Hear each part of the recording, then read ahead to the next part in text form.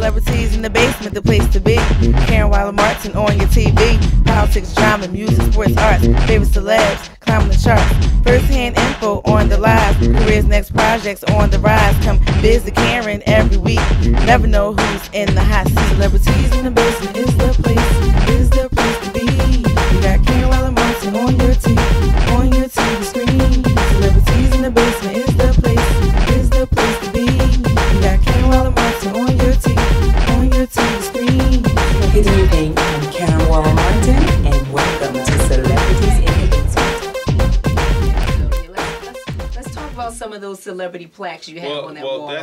That's when you work in radio, that's their way of saying thank you. They make millions of dollars. Yes. And they'll thank you with with a plaque that has the information on it. And when you do it as long as I've done it, you get a whole bunch. I mean, the last plaque I got was from Lil Wayne, which is covered his entire career, because I've been a part of his entire career, playing records from his career. So I mean, I got it from Lil Wayne to Sir Mix-a-Lot. I mean, it's just a matter. It's a who's who of people. There's so many artists that have given me it, and they don't even do that anymore. I mean, the record companies don't do that at all anymore because of budget. So those are collector's items. Oh, I'm sure. I'm sure.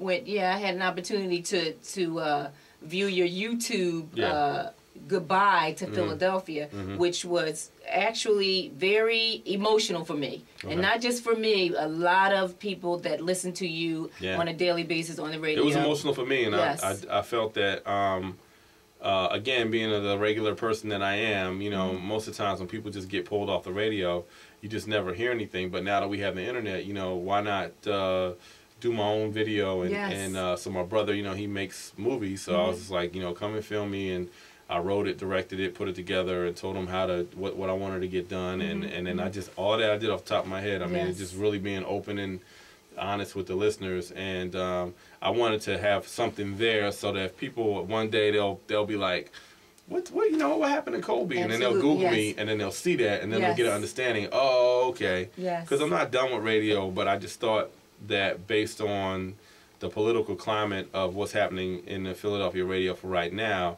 that it wasn't a place for me based on the way it is set up now, and it's just the way it is. It's just a political thing. Like, I mean, eventually it'll work itself out, and I'll be back.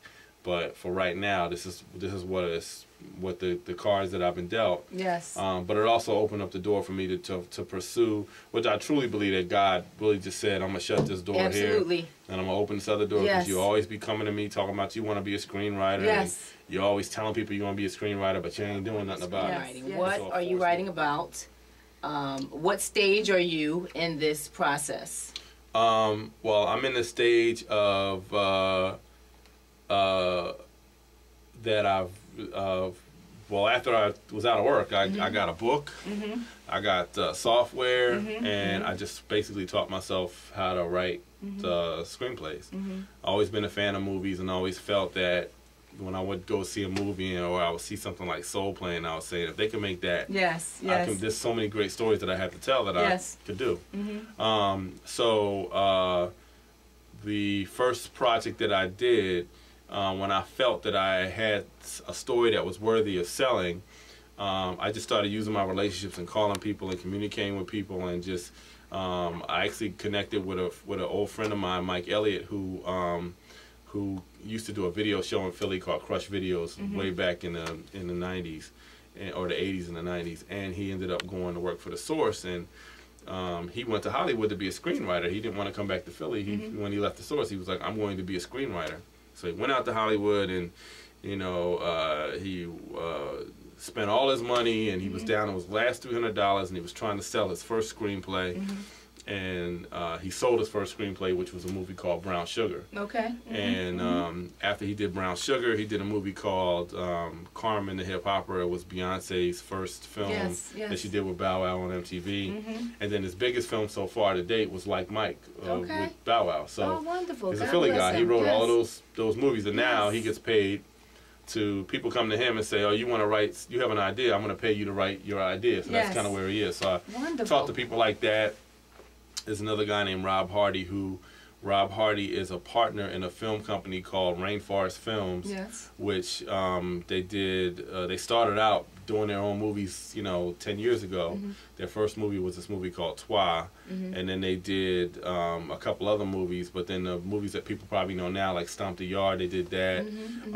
And they did This Christmas, which is a great movie. Absolutely. And they did this new Beyonce Idris Elba movie called Obsessed that is coming out in a few months. So Rob is from Philly. He grew up here. Okay. And he actually, not only is he a partner in that company, but he directs Criminal Minds on CBS, the television show. Yes. And he directs Heroes for NBC. Oh, wonderful. Yes. He's a busy guy, young brother. And, I talk to people like that and really got a chance to just understand and absorb Hollywood. So anyway, when I first had my first script done, when I first wrote it, it was really, really long, really a lot of information. And so Mike Elliott connected me with somebody, a script doctor, somebody that could look over my stuff and tell me if I'm, if I'm on the way or not. Yes. So I get with the script doctor. She likes it. She's actually shocked that I'm a first-time writer. She says, wow, this is really, really good. But you need to do X, Y, and Z. And she really taught me about how to change up my style. So needless to say, I changed up my style or whatever, and then I finally have an official script that I believe in that's done. And it's my first script, which is loosely based on me in radio and in relationship, but loosely based on it. I added a lot of stuff to make it more entertaining. My life is my relationship life is not as exciting as this character in the movie. And so I wrote it, and when you do screenplays, when you want to sell it, once you get it done, you have to write a query letter, and that's really like a letter of, please read my screenplay. And you tell them a little bit about it, and you just like, please read my screenplay. So I was able to. So that's kind of where I am, and I'll continue to to work on my craft, and there's a long way to go. But my motivation is the last 2 Academy Award winning screenwriters were brand new screenwriters. Brand new. So anything can happen. Brand new. Yep. Anything can happen. Yes. What is your wife saying about all this transition you're going through right now? My wife is very supportive. She's she's my best friend, so there's never no reason for her. She has her own business things that she does, and I'm supportive of. Yes. And she's very supportive of this, and she's actually surprised. She's when she read my first screenplay, she was surprised. She just couldn't believe that I wrote that. Like, you just don't envision these things on paper, so that somebody can put that on paper, and so she's very supportive. That's wonderful.